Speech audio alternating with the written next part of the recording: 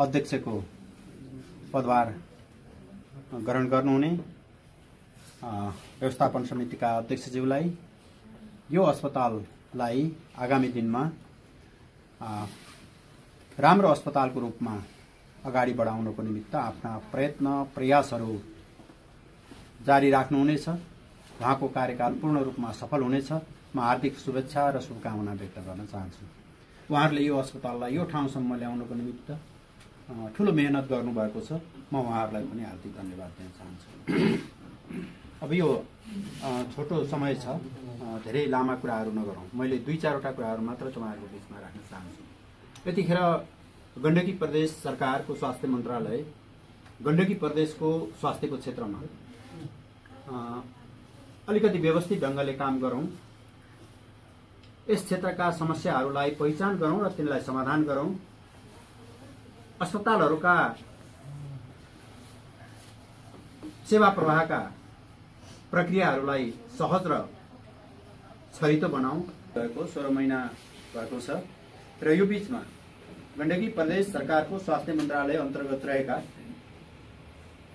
16वटा अस्पतालहरू, 2 आयुर्वेद सहित 16वटा अस्पतालहरू छन्। ती अस्पतालहरू मध्ये 2 आयुर्वेद सहित 9 अस्पतालहरूको स्तर उन्नति गरिएको छ। 300 शय्याबाट, प्रदेशभरि जम्मा 300 शय्या थियो। त्यो 300 शय्याबाट स्तर उन्नति गरेर 800 शय्या पुर्याइएको छ। यो स्तर उन्नति गर्ने काम अलिकति जटिल पनि रहेछ।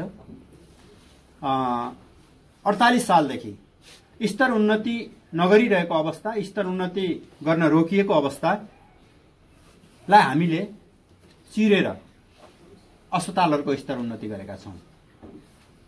स्तर उन्नति मात्र होइन, हामीले त्यसको ओएनएम पनि गरेका छौं, पद दर्ता पनि गरेका छौं र तदनुरूप अस्पतालहरूलाई हामीले अगाडि बढाएका छौं।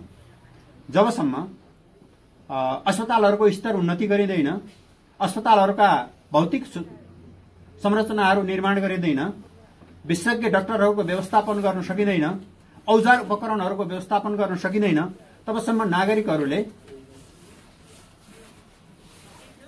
असल खालको स्वास्थ्य सुविधा प्राप्त गर्न सक्दैन। त्यसकारण अस्पतालहरूको स्तर उन्नति गरी बढाएका पनि छौं। अघि अस्पतालको सुविधा सम्पन्न भवन निर्माण गर्ने कुरा पूर्व अध्यक्षज्यूले उठाउनु भएको थियो र मैले गएको बजेटमा, जुन बजेट स्वास्थ्य मन्त्रालयको मैले बनाएँ, खास गरेर गण्डकी प्रदेशभित्र 3टा अस्पतालहरू बनाउनुपर्छ, तिनको काम अहिले थालनी गर्नुपर्छ भन्ने उद्देश्यका साथ स्याङ्जा अस्पताल, लमजुङ अस्पताल र दमौली अस्पताल, जुन यी 3टा अस्पतालहरू छन्, यी 3टा अस्पतालहरूको भवन अत्याधुनिक भवन बनाउनुपर्छ भनेर मैले चाहिँ सोचाइ बनाएर म अगाडि बढेको थिएँ। र मैले पटक पटक यहाँको व्यवस्थापनलाई पनि भने, यहाँको अस्पताल प्रशासनलाई पनि भने, यहाँको डीपीआर जुन बनेको छ भन्नुभएको छ, त्यो डीपीआरमा समस्या छ, त्यसलाई करेक्सन गरेर लिएर आउनुहोस्। अहिले नै यी 3टा अस्पतालहरूको कामलाई अगाडि बढाउनुपर्छ। म बजेटको व्यवस्था गर्छु भनेर मैले भने, तर दमौली अस्पताल र स्याङ्जा अस्पतालबाट त्यो करेक्सन भएर जान सकेन। अन्तिम समयसम्म मैले सुधीर मान्यजी यहाँ हुनुहुन्छ, सीता मान्यजी, सुधीर मान्यजी, अरू यहाँबाट निर्वाचित भएर जानुभएका मान्यजीहरूलाई मैले भने कि स्याङ्जा अस्पतालको भवन बनाउनुपर्छ, डीपीआरमा समस्या छ, त्यो करेक्सन गरेर छिटोभन्दा छिटो ल्याउनुपर्छ भनेर मान्यजीहरूले प्रयत्न गर्नुभयो। मान्यजीहरूले भन्ने त प्रशासनलाई हो, यही व्यवस्थापन समितिलाई हो, यहीँको प्रशासनलाई हो, तर त्यो सम्भव भएन। उहाँहरूले त्यसलाई करेक्सन गरेर लान सक्नु भएन।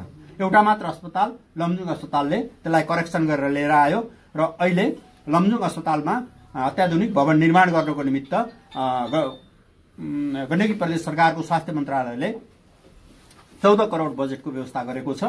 69 करोड चान्चुनको त्यसको चाहिँ एस्टिमेट छ, लगत एस्टिमेट छ र त्यो अहिले टेन्डरमा जाने प्रक्रियाबाट अगाडि बढिरहेको छ। र म अहिले नयाँ व्यवस्थापन समिति जुन बनेको छ, म व्यवस्थापन समितिको अध्यक्षज्यूलाई भन्न चाहन्छु, मान्यजीहरू पनि यहाँ मान्यजी हुनुहुन्छ र तपाईहरु राजनीतिक दलको साथीहरू यहाँ हुनुहुन्छ कि यो डीपीआरलाई करेक्सन गरेर छिटोभन्दा छिटो अब यो स्वास्थ्य मन्त्रालयमा पठाउँ र त्यो भयो भने आगामी हामीले जुन अब बजेट बनाउँछौं त्यो बजेटमा यो स्याङ्जा अस्पताल बनाउनको निमित्त बजेटको व्यवस्थापन स्वास्थ्य मन्त्रालयले गर्छ। त्यो ढङ्गले हामी अगाडि बढ्नको निमित्त म यहाँहरू सबैलाई आग्रह गर्न चाहन्छु र विशेष हामीले स्तर उन्नति त गर्यौं, तदनुरूपका हामी डाक्टरहरू औजार उपकरणको पनि हामीले व्यवस्थापन गरेका छौं, तर आन्तरिक ढङ्गका क्रियाकलापहरू हामीले कतिपय ठाउँमा व्यवस्थापन गर्न मिलाउन सकिरहेको अवस्था छैन। अब अस्पतालमा लाइन लामो बस्नुपर्ने, सेवाग्राहीहरूले लामो समय कुर्नुपर्ने, बिमाको औषधि भनेको समयमा नपाइने, निशुल्क भनेर राज्यले तोकेका औषधिहरू चाहिँ नागरिकले नपाउने, यी समस्याहरू रहेका छन्। अब यी समस्याहरू हल गर्नको निमित्त मैले संघीय सरकारको प्रदीपजी त्यतिखेर मन्त्री हुनुहुन्थ्यो, स्वास्थ्य मन्त्री, उहाँसँग पनि मैले निकै कुराकानीहरू गरेँ। किनभने अब यो बिमाको जुन कुरो छ यो हामीसँग डाइरेक्ट रिलेटेड छैन, यो संघीय सरकारसँग त्यसलाई व्यवस्थापन गर्ने कुराहरू छ।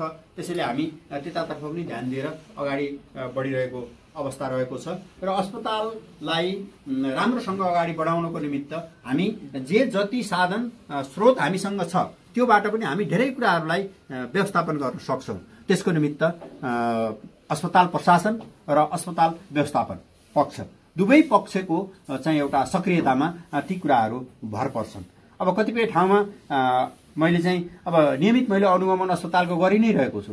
अब अस्पतालका कर्मचारीहरू साथीहरूलाई मैले के भन्न चाहन्छु भने, जो फार्मेसीमा हुनुहुन्छ, जो ड्युटीमा हुनुहुन्छ, तपाईहरुको सबै कुराहरूमा संरक्षण हुन्छ।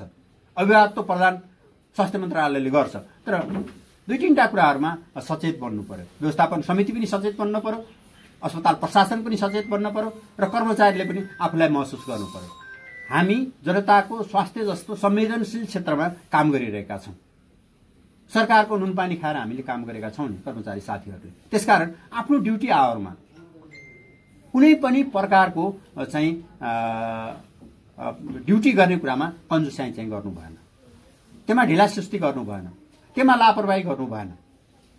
अब कतिपय अस्पतालहरूमा मैले देखेको छु कि फार्मेसीमा अस्पतालको फार्मेसी छ, त्यहाँ पैसा छ, अस्पतालमा मैले पैसा पठाइदिएको छ स्वास्थ्य मन्त्रालयले, औषधि टाइममा नकिन्ने, अनि बाहिर फार्मेसीहरूमा औषधि किन्न जान नागरिकलाई बाध्य पार्ने, सेवाग्राहीलाई बाध्य पार्ने, त्यस्ता घटनाहरू पनि हामीले देखेका छौं। अब हामीले यी घटनाहरूलाई चाहिँ अन्त्य गर्नको निमित्त, यसलाई समाधान गर्नको निमित्त के अरे अस्पताल व्यवस्थापन र चाहिँ पक्ष र प्रशासन पक्ष, अस्पतालको प्रशासन पक्ष अलिकति चनाखो हुनुपर्ने आवश्यकता छ। कर्मचारी साथीहरूले आफ्नो ड्युटी चाहिँ ड्युटीफुल आफू हुनु पर्यो। ड्युटीमा कुनै पनि प्रकारको लापरवाही गर्नु भएन, त्यसमा कुनै पनि प्रकारको कन्सेसन हुँदैन, त्यसमा कुनै पनि प्रकारको संरक्षण हुँदैन। मैले बागलुङ अस्पतालमा, मेरै जिल्लाको अस्पताल हो, 100 शैय्याको अस्पताल हो, त्यसलाई 50 शैय्या थियो, 100 शैय्या हामीले बनाएका छौं। भित्र फार्मेसीमा औषधि अभाव बनाउने अनि बाहिर चाहिँ फार्मेसीमा नागरिकहरूलाई औषधि किन्न जान बाध्य पार्ने परिस्थिति, त्यहाँसम्म कर्मचारी साथीहरूले निर्माण गरेको हामीले देख्यौं।